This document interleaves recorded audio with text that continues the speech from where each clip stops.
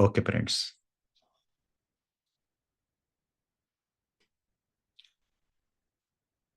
Today's our subject is some landmark cases of Nani Palkhivala. Some more cases we'll see. In short description, we'll see that. So how Nani Palkhivala argued that case and on which article and which constitutional point, on which legal point, we'll see that. So first, PMD Shamar Bagwala versus Union of India. This case was decided in 1957. And this case was on right to carry on any trade or business. Right to carry on any trade or business. That is Article 19(1)(g). So Article 19 is related to our freedom of speech, freedom of expression, freedom of to do the job or services all over India, now including in Jammu and Kashmir also. So such type of article there. And this case was decided in 1957. So this is as per the amendment of the 1957. So today's constitution is different, and at that time of constitution is different.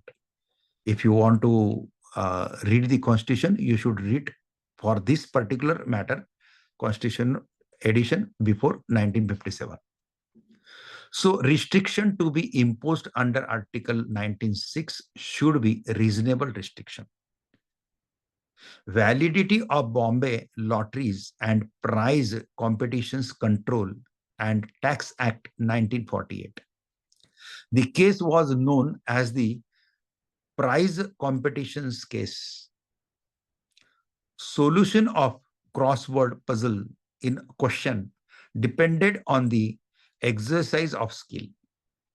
As they are business activities, the protection of which is guaranteed by Article 19(1)(g). Restriction imposed on such competition was not reasonable. This was a decision. Second, right to carry on any trade or business, Article 19(1)(g). This case was decided by Supreme Court in 1957. State of Bombay versus RMD, Chamar Bagwala and others. Upper case is different, this case is different. Restriction to be imposed under Article 19(6) should be a reasonable restriction. Legality of gambling, betting and competition, etc. The competition, in order to avoid the stigma of gambling, must depend to a substantial degree upon the exercise of skill. The scheme of our constitution is to protect the freedom of each individual citizen to carry on his trade or business. This is done by Article 19(1)(g). This guaranteed right is, however, subject to Article 19(6), which protects a law which imposes reasonable restrictions in the interest of general public. One, Gujarat University and another's versus Sri Krishna Rangnath Mudolkar and others. This case was decided in 1963. And this case was related to university has no power to impose Gujarati or Hindi or both as exclusive media of instruction and examination. Then 4, this is a reference case. You know, Article 143 of Constitution of India is related to reference. So president can ask any reference to the Supreme Court when they need any explanation. So this is a reference case. Under Article 143 of the Constitution of India, special reference AIR 1965 SC 745. Another citation 1965 1 SCR 413. This case is related to court's jurisdiction on power, privileges, and immunities of Legislative Assembly under Article 194(3) of the Constitution.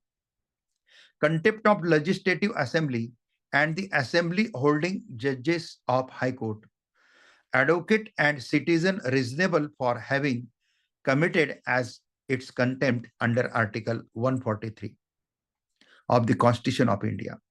Special reference of case to Supreme Court by President held that a judge of High Court who entertains or deals with a petition challenging any order or decision of legislative imposing any penalty or issuing any process against the individual for its contempts or for infringement of its privileges and immunities does not commit contempt of said legislature.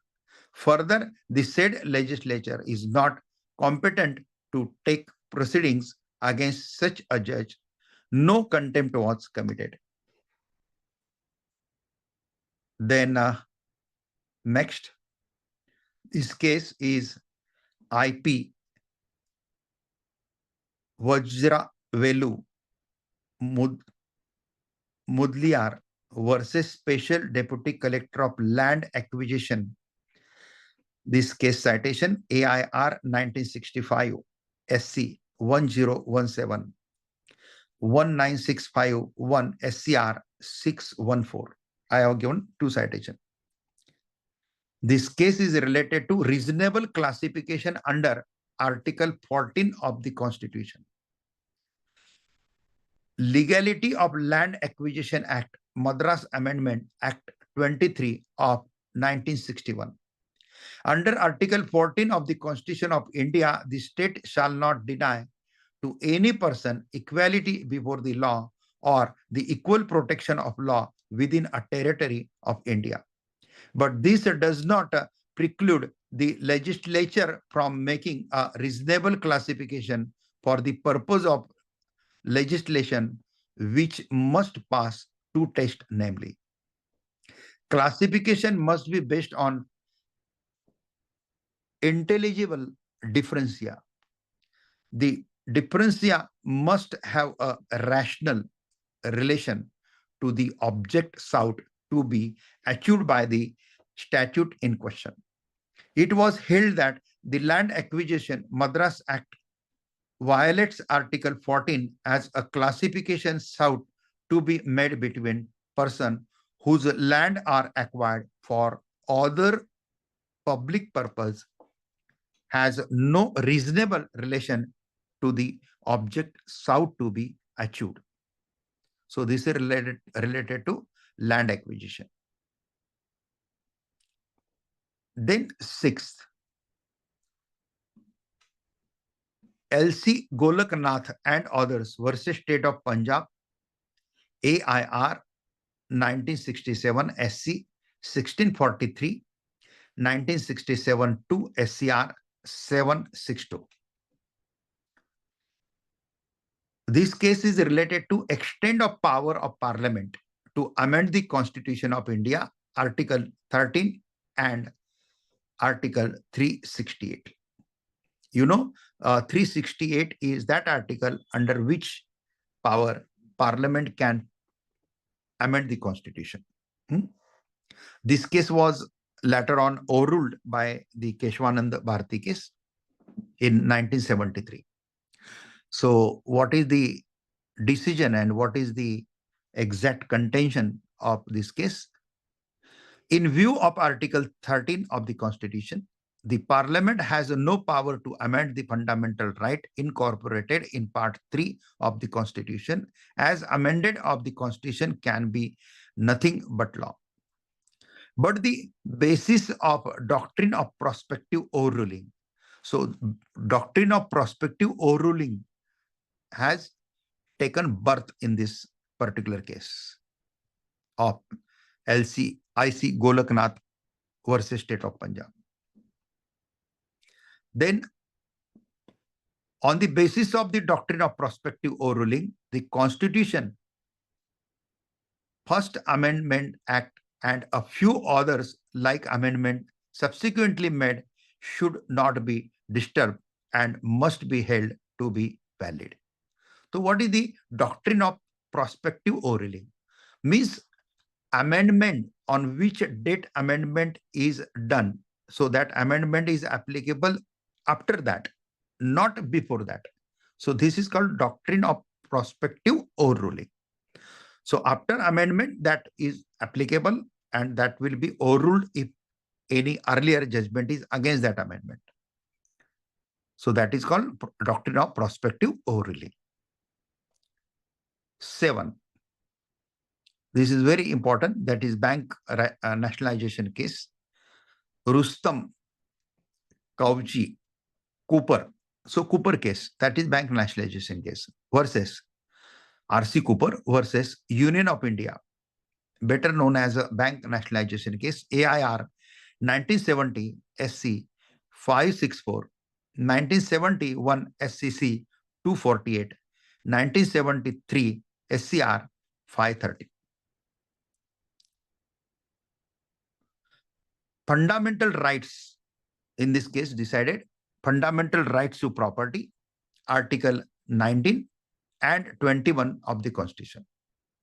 So fundamental right related to property also, then Article 19 and 21 and Article 31 is related to right to property. So all these articles are discussed in this case. Infringement of fundamental rights of company and shareholders when a banking company was taken over by the state. The court struck down the nationalization of private banks. Matter was under the Banking Companies Acquisition and Transfer of Undertakings Act 1969. The case dealt with the interrelationship of Article 19 and Article 31 and the basic approach to construe the fundamental rights guaranteed in the different provisions of the Constitution.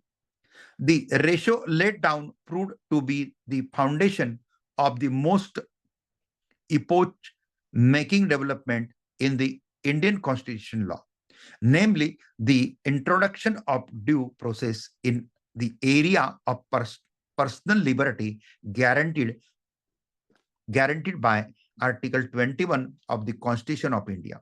Mr. Palkhivala contended that the apex court was not correct in holding in A.K. Gopalan's case that each fundamental right was self-contained. The bank nationalization case was struck down by majority of 10-1, the only dissenting judge by A.N. Ray. In last part 7 of this series, I will discuss this case in especially in that part because this is very important case and the bench of this nationalization case was 11 judge bench and Keshwananda Bharati case bench was 13 judge bench. So that is highest bench. So we'll discuss this case and we'll discuss some paras of Nani Palkhiwala's argument also. Today we are taking some summary cases. In the word of Mr. Palkhivala, the case was very much the victory of common man. It struck down the law nationalizing banks without payment of what the law would regard as compensation. Excluding the shares held by the government owed corporations 90% of the remaining share capitals of almost all the nationalized banks were held by hundreds of thousands middle-class citizens whose hard-earned savings were invested in the banks. And the entire body of the investors benefited by the judgment. The decision further vindicated the ordinary citizens' right to assert that every law, whatever is object or subject matter, must respect and conform to every fundamental right. The doctrine that the object and the form of the state action alone determine the extent of protection that may be claimed by an individual, and that the effect of the state action on the fundamental rights of the individual is irrelevant, as laid down in A.K. Gopalan's case, was finally rejected. So this was the output. Very, very nice judgment. Then on freedom of speech, citizen and corporation, Article 19. This case was decided in 1973.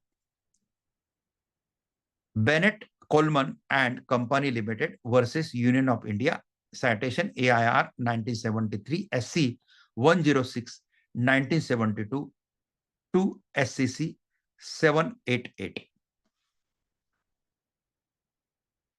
This case is related to fundamental rights, freedom of speech, citizen and corporation, Article 19.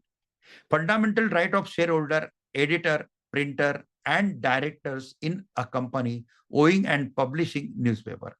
According to K.K. Venugopal, Nani was able to link the government's regulation of the allocation of the newsprint, a scarce commodity in India at the time, to the freedom of speech.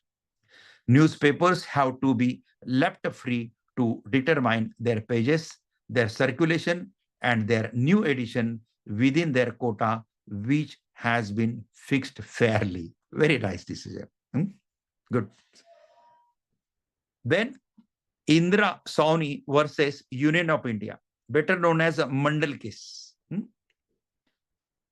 AIR 1993 SC 447 and 1992 supplementary 3 SCC 217. This case is related to equality of opportunity in matter of employment. That is Article 16. This is a Mandal case. Claim of scheduled caste and scheduled tribe in public employment to be considered consistently with maintenance of efficiency. Doctrine of equality. Claims of other backward classes and other weaker sections to be seen with similar considerations.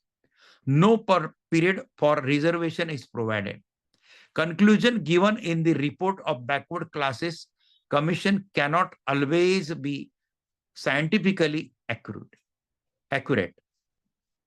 A caste can be, and quite often in a social class in India, and economic criteria cannot be the sole basis for determining the backward classes of citizen contemplated by Article 16.2.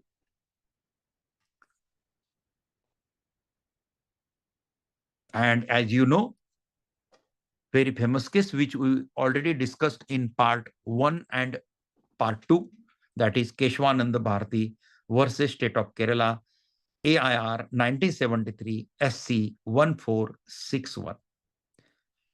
No need to remember all this page number, everything. Just keep in mind Keshwananda Bharati case 1973. Bas, Keshwananda Bharati 1973, like that. So that is sufficient. Fundamental rights case, the basic structure of the Constitution of India cannot be amended. Article 13.4 read with Article 368. While upholding the validity of Constitution, 24th Amendment, by which Article 13.4 was inserted, it was laid down by majority the principal theory that there were certain basic features of the Constitution which could not be amended under the amending law. Then, friends, CIT versus Naveen Chandra Mafatlal. This case was decided in 1961. Citation 1961 42 ITR 53 SC.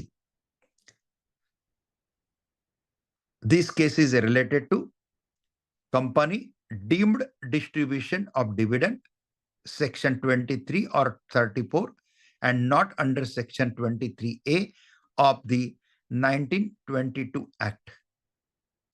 Section 143, 104, 147 of the 1961 Act. The ITO means Income Tax Officer. ITO reopened the assessment of Mapatlal Gagal Bhai without sending a notice under Section 34 of IT Act.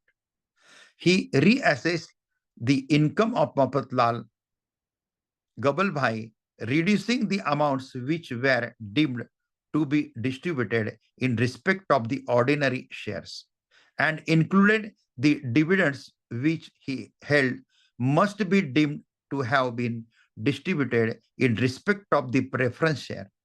He added a note to the order of the assessment that this action was taken to give effect to the directions of the tribunal and issued a notice of demand.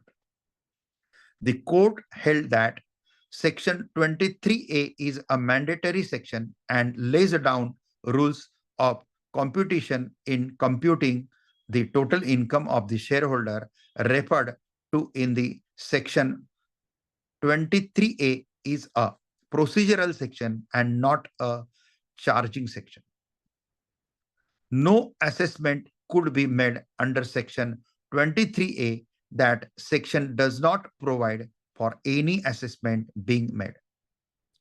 It only talks of the financial income being included in the total income of the shareholders for the purpose of the assessing his total income.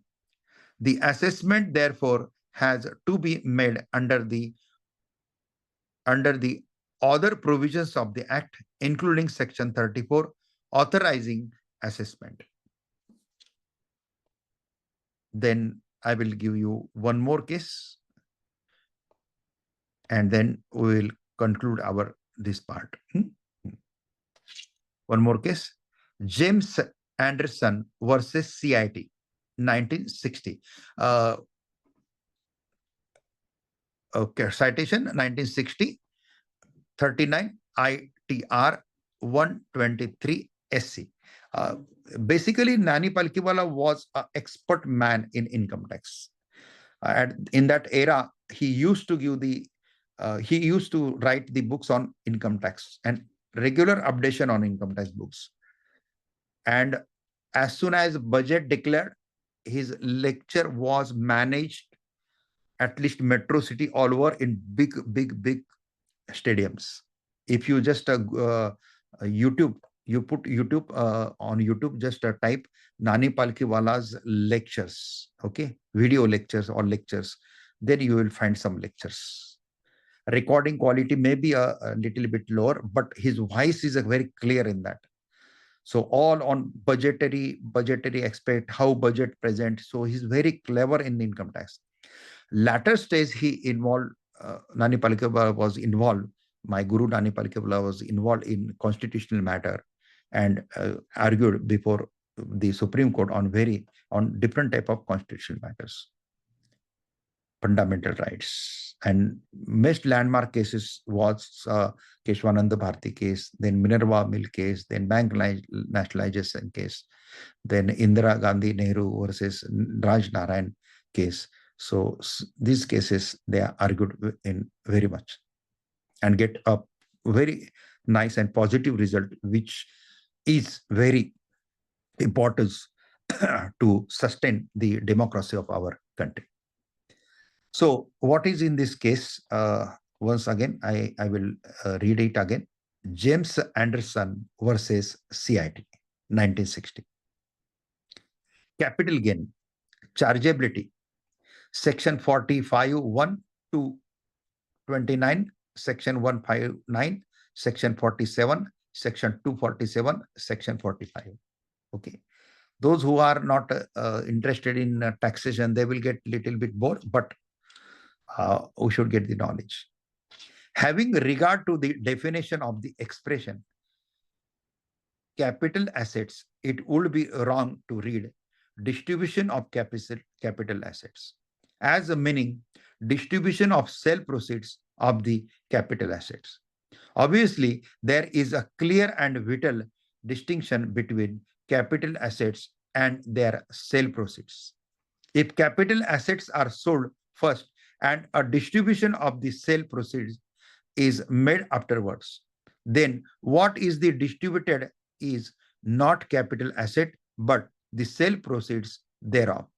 Secondly, it is not acceptable that the third proviso serves no purpose if the expression distribution of capital assets is given in neutral and plain meanings, whereas distribution in specifies the purpose of the proviso is abundantly clear if the scheme of subsection 1, 2, and 3 in kept in mind. Assume that there is a distribution of capital assets in species amongst the legate, and one of the legatee sells the capital assets which he got in one of the ways mentioned in the third proviso. He at once becomes liable to tax on the profit made on the sales. Subsection 3 makes that position clear if the proviso is read in the context of the substantive provision of section 12b. Its purpose is quite clear. The purpose is this: as long as there is a distribution of the capital assets in species and no sale, there is no transfer of the purpose for this section.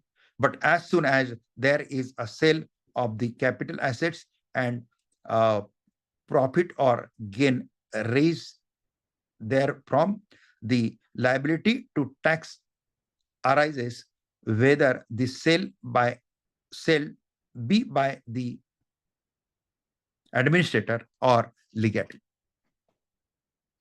It is significant that the proviso uses the word for the purpose of this section and not merely subsection 1.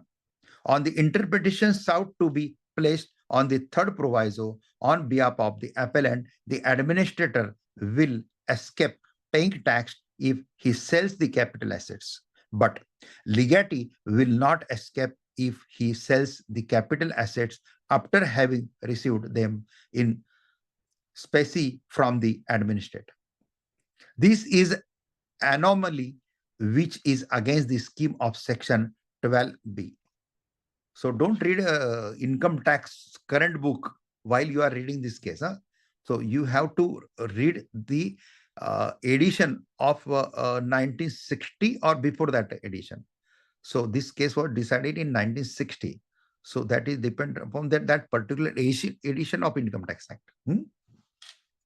So after that, so many changes are there in income tax. But at that time, that tax was very complicated. And I have the experience of teach income tax while I was doing my LLB course. After completing my first and second LLB, on third LLB, one college, CDG College of Commerce, has invited me to teach income tax to DTL student, Diploma in Taxation Law, I think, DTL students. So I was in third LLB, and at that time I have the experience of teach. And after completing law and after taking the sanad, I continue that teaching for 2 years then after. And then I quit the teaching job and I fully involved in my legal practice. So I have the experience of teaching the income tax in, I will tell you the year, 1989, I completed law. So 1989, I teach that. 1990, I teach, and 1991, I teach. So 3 years consequently, I taught that income tax to detail students. And they are equal to my age, equal to my age. You know that when professor and student are same age, then what will happen that time? So, but I got good job satisfaction. So last part I'm reading now. On a proper reading of proviso, the expression of by reasons of goes with the clause related to a compulsory acquisition of property and not with the distribution of capital assets. An administrator or executor of deceased assessee was liable to capital gain tax on sale of the capital assets like any other assessee if there was a profit on the sale and distribution of the sale proceeds of assets. It is not exempt under third proviso to section 12B1 of 1922 Act. 1922 Income Tax Act. That is before Independence Act. Just I will read some cases only, name of the cases and on which article they discuss that. So I can cover maximum cases then. CIT versus Indira Balakrishnan, 1960. This case was on association of persons and sections related to 31, 4, 1 and 26. Then Pingle Industries Limited versus CIT, 1960s case. Business expenditure, capital or revenue expenditure. This was related to section 37 and 37(1). Then CIT versus by Shirin Bai K. Koka, 1962. This case is related to business income, computation, not competition, computation, calculation, computation, section 28(1). Then Gotan Limaye Syndicate versus CIT, 1966 case. This is related to business expenditure, capital or revenue expenditure, mining lease of limestone quarries, payment of royalty, section 37 and 37(1). So friends, I tried to cover maximum cases today. And in next part, we will cover one big case, bank nationalization case. Okay. So we will cover that case and we will cover that how Nani Palkhiwala's contribution was in that case. Okay. So that's all for today. Thank you. Thank you very much for joining this series and joining this tapa with me before celebrating Nani Palkhiwala's 105th birth anniversary, that is called Jayanti, on 16th January 2025. Okay, thank you. Thank you very much. नमस्कार, मैं पूजा राय आपको advocate Jayaprakash Somani जी का थोड़ा सा परिचय करके देती हूँ। जयप्रकाश बंसीलाल सोमानी सर्वोच्च न्यायालय में अधिवक्ता हैं। 12 जूनियर के साथ वो लॉ फर्म चलाते हैं जिसमें 5 AOR हैं। सोमानी जी भारत के हर राज्य और केंद्र शासित प्रदेश के मैटर बखूबी हैंडल करते हैं। सुप्रीम कोर्ट केस लॉ के ऊपर उनकी 61 किताबें प्रकाशित हुई हैं जो Amazon और फ्लिपकार्ट पे अवेलेबल हैं। लिंक आपको नीचे डिस्क्रिप्शन में मिल जाएगा। भारत के लगभग सभी हाई कोर्ट और डिस्ट्रिक्ट कोर्ट के अधिवक्ता इन किताबों का उपयोग करते हैं। अगर आपको सोमानी जी की गाइडेंस अच्छी लगती है तो नीचे कमेंट बॉक्स में जरूर लिखें और अपने दोस्तों के साथ शेयर करना ना भूलें। हाँ, अगर आपने चैनल को सब्सक्राइब नहीं किया है तो सब्सक्राइब कर लें और बेल आइकन को दबाना ना भूलें ताकि हमारा कोई भी नया वीडियो आता है उसका अपडेट आपको मिल सके। जय हिंद।